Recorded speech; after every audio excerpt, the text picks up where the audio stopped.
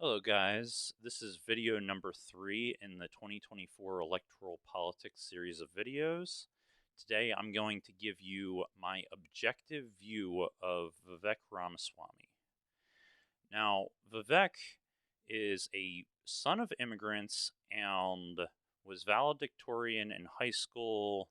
He went to college at Yale and Harvard. He came out of college and began working in hedge funds. He's started a couple companies. He started a biotech company and a healthcare company. He has written books about the problems of wokeness. His most recent book is called Woke Inc. And he runs a company that pushes pushes for other corporations to push back against ideas of ESG and what he sees as wokeness. Now, what ESG is effectively companies taking political or social positions for the purposes of gaining societal brownie points. And he is looking to push back against this because he sees ESG and companies incorporating these policies into their business plans as being things that take away from the company's ability to maximize profitability. His explanation of ESG and of wokeness surround diversity initiatives, trans and LGBTQ issues, and also green energy. He is against our push towards green energy because he sees that as not necessarily being a real problem that needs to be attended to. He effectively just lumps that in with diversity and inclusion. Now, in terms of what he's saying and what he's pushing for, he is running on a platform where he believes that the nation is in the middle of an identity crisis, and he wants to help us find our way. He is of the America First contingent and wants to bring back manufacturing to the U.S. The ways that he wants to help America find its identity is through civics classes in high school and grade school, and he also wants to make sure that people who are coming into the country via immigration are able to assimilate into society, and he wants to test immigrants on these issues of assimilation into the U.S. way of life. He wants to make sure that they sufficiently love this country. Now, he also believes in immigration based off of merits, and the merits that he sees are know-how, so what skill set you have and what financial means you have, because he wants to make sure that immigrants are going to be able to invest in our economy. Now, he talks about a specific issue where, in his mind, ESG is causing vast problems within our economy by talking about an example of index funds and the management companies that manage index funds for 401ks, other retirement plans and such. And basically, he says that these large index funds are buying up stocks in your name using the money that you are giving them. And when they do that, they own those shares.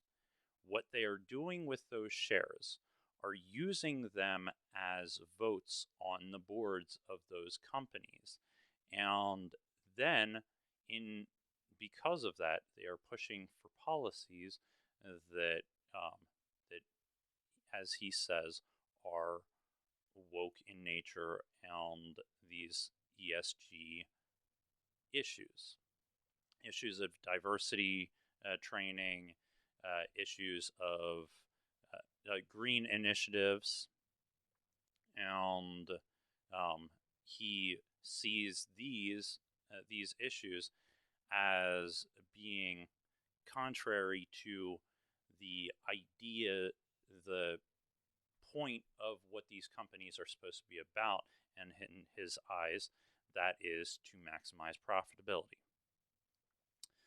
Now, he very much wants to see us roll back any of the clean energy initiatives that we have put forward, because he believes that it is holding us back from achieving our true potential in terms of our.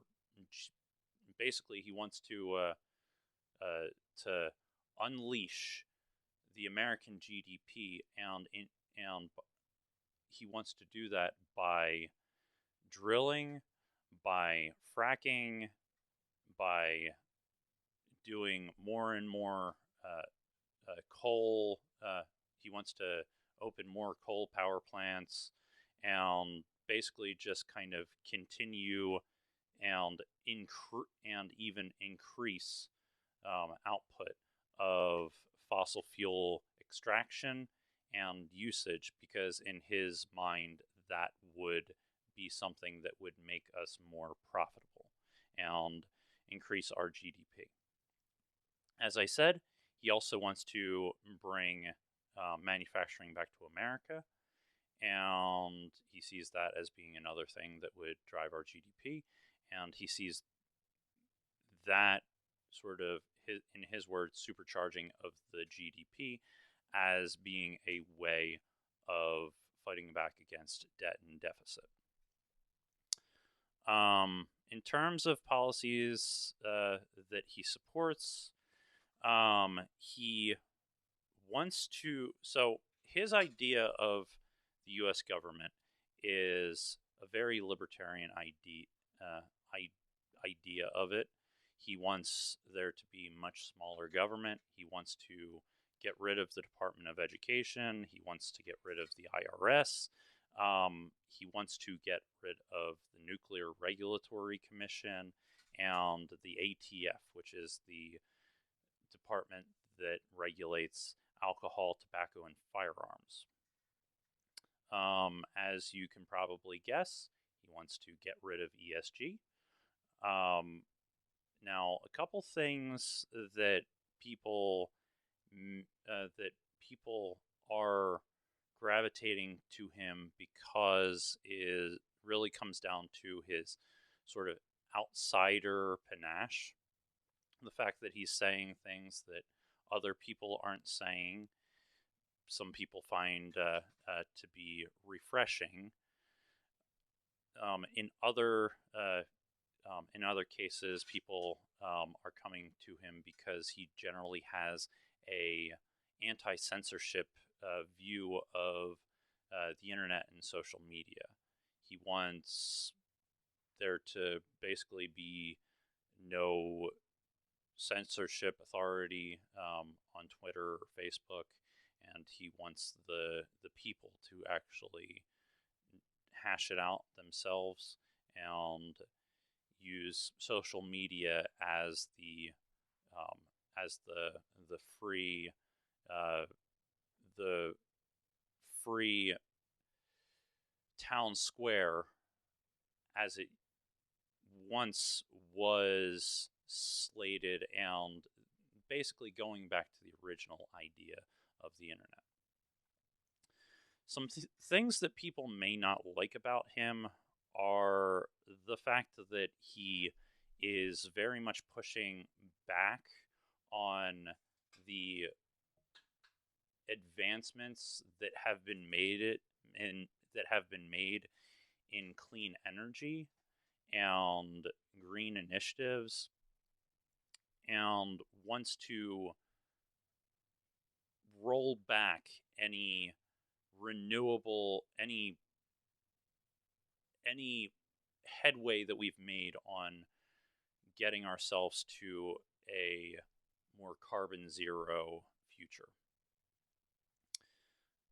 He also some people may feel that he is utilizing ESG as a crutch to basically push it back against sort of basic liberal ideals that are actually fairly popular, and he's using his anger towards ESG and his idea that the use of ESG is driving down profitability to just kind of act as a meaningless culture war fight.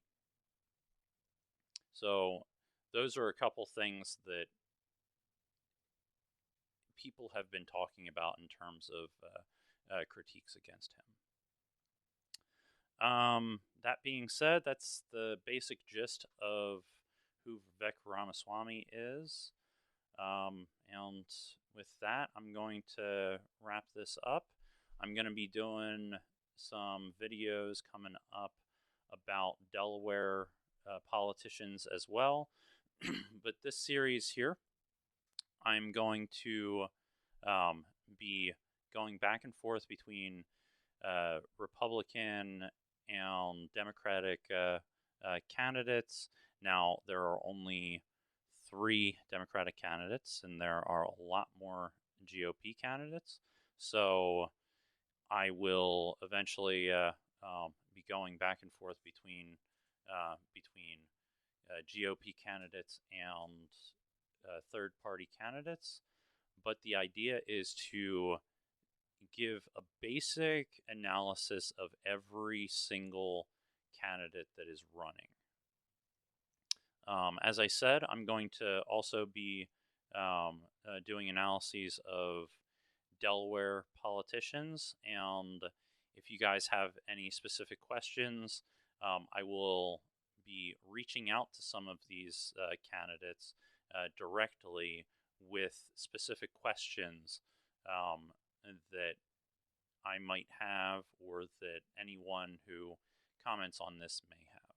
So if you've got specific questions that you want to ask your Delaware politicians, which I'm going to be going into all of the statewide politicians, as well as all of the Newcastle County politicians, because since I live in Newcastle County, I am going to be focusing mostly on politicians around Newcastle County. So until next time, thanks for watching, and I believe the next candidate that I'm going to be immersing myself in content from will be Marianne Williamson.